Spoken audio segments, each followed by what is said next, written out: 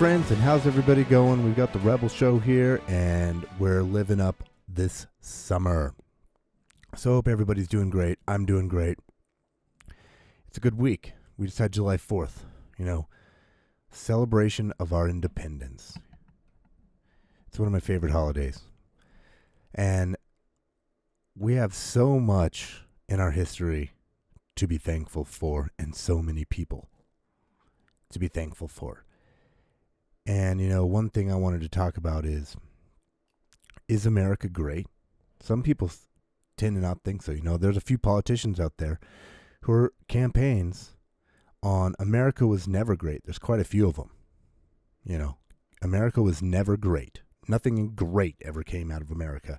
Kamala Harris, Cory Booker, and most others are basically just playing off how America's a terrible place.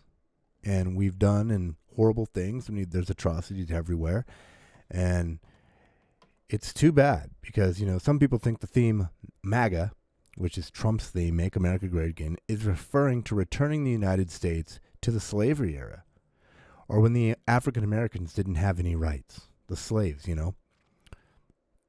or when women didn't have the right to vote. Back then, it was less that they didn't have the right to vote. It's just they didn't need to vote because they agreed with their husbands in a lot of cases. But they should have the right to vote, definitely.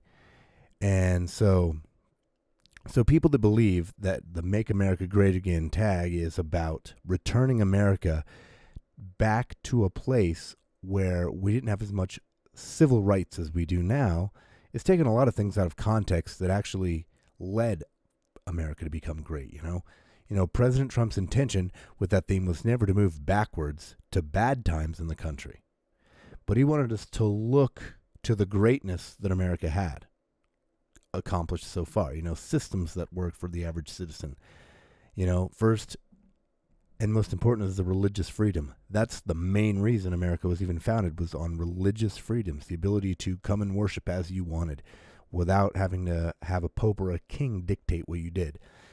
And as the pulpit should be the influence of the culture, which that's becoming less and less, and hopefully starting to become more as more and more churches realize that it's up to them to start teaching the truth and speaking on current events. We've got freedom of speech. That's huge. The ability for anybody to go out and talk to anybody about anything they want and not be considered hate speech. The spread of ideas. And not letting a government or organizations limit what you say. Now, we know that the mainstream media, they are basically groupthink. And they basically, it seems like they get a script, because there's tons of videos on YouTube of everybody saying the exact same thing, the exact same wording, all the mainstream media outlets. We know that the mainstream media is hard left, and they're not about spreading free speech. They're about spreading propaganda. Most of us know that. That's fine. But we still do have shreds of freedom of speech left. It's important. We need to keep that true. We need to be not afraid to speak our beliefs. And if people don't like it, tough.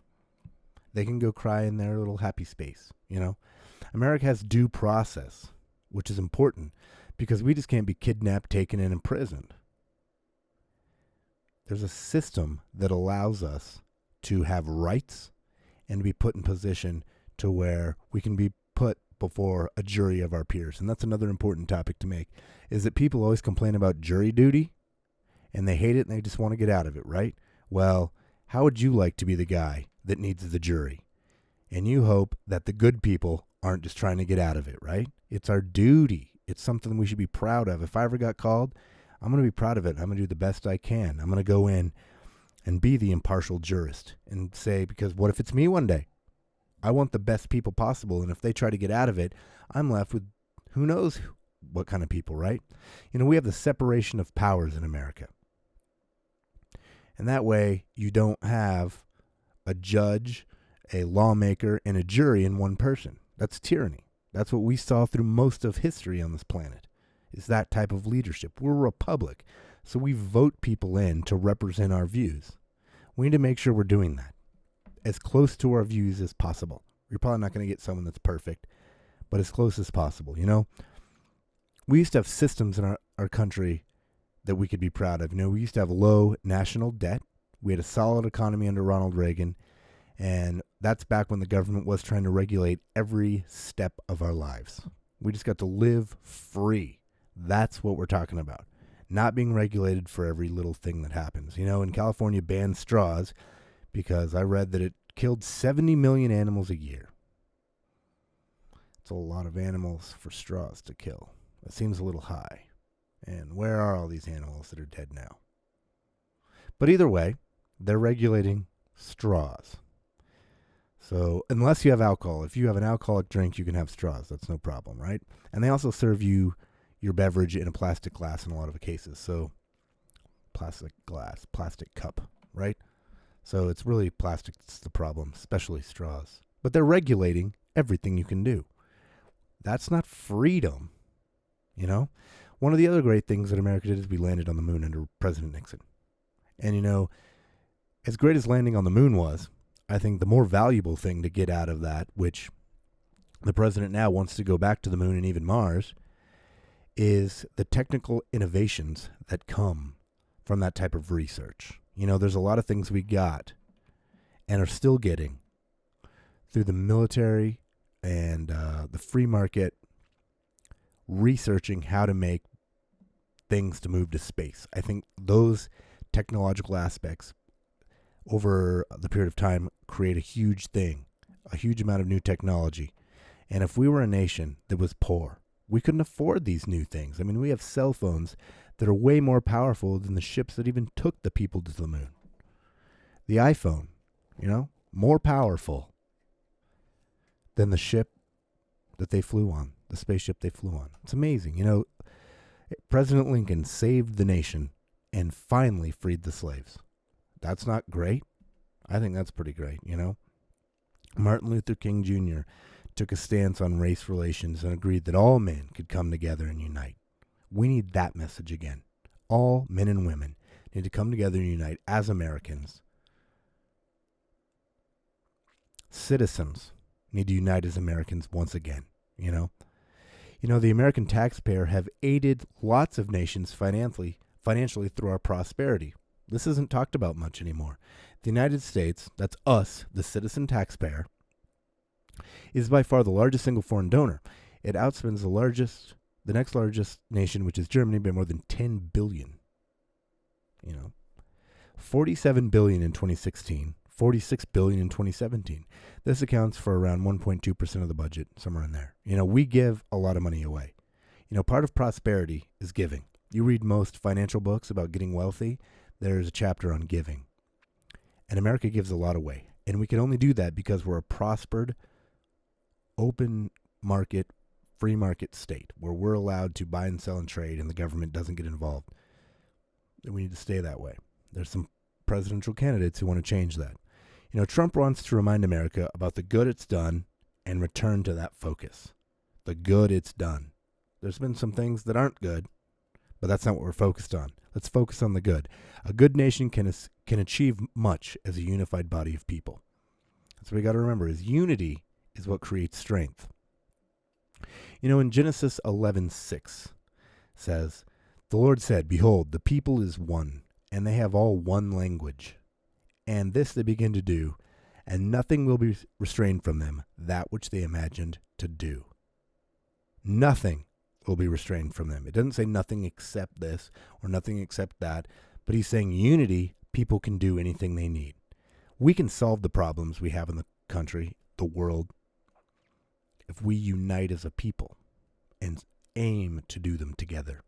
Unity is a great power to a nation to accomplish anything we need to do. A strong economy creates more opportunity for new businesses and a way to generate wealth. That's what's huge to me, is America is a wealthy nation, and it needs to stay that way because we can create new technologies and we can spread things to the world.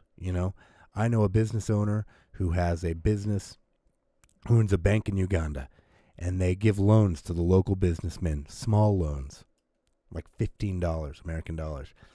And that helps them change their entire little business. They're just selling fruit or whatever. And they invest in local communities to where they would drill a water well where there's no clean water. That's what wealth in America should be doing.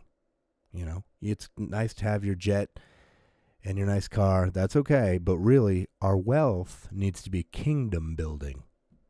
That's my new goal, is to start kingdom building with wealth.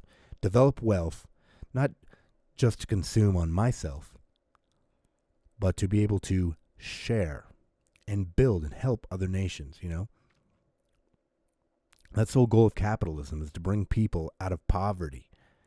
It's God's way of doing things. Give people opportunity and they can choose to take it or not take it. Capitalism has brought more people out of poverty than any other financial system ever, because everyone has an equal opportunity to find a niche and go out and build a business. And that's huge. Anybody can become a millionaire. And there's books out there that you can read, like The Millionaire Next Door, that goes and shows how your next door neighbor could be a millionaire. You may never know it because he doesn't live extravagant. Millionaires don't live extravagant.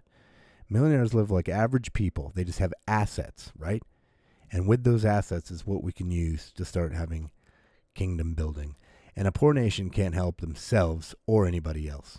And that's what I want us to consider as we look at our presidential candidates coming up.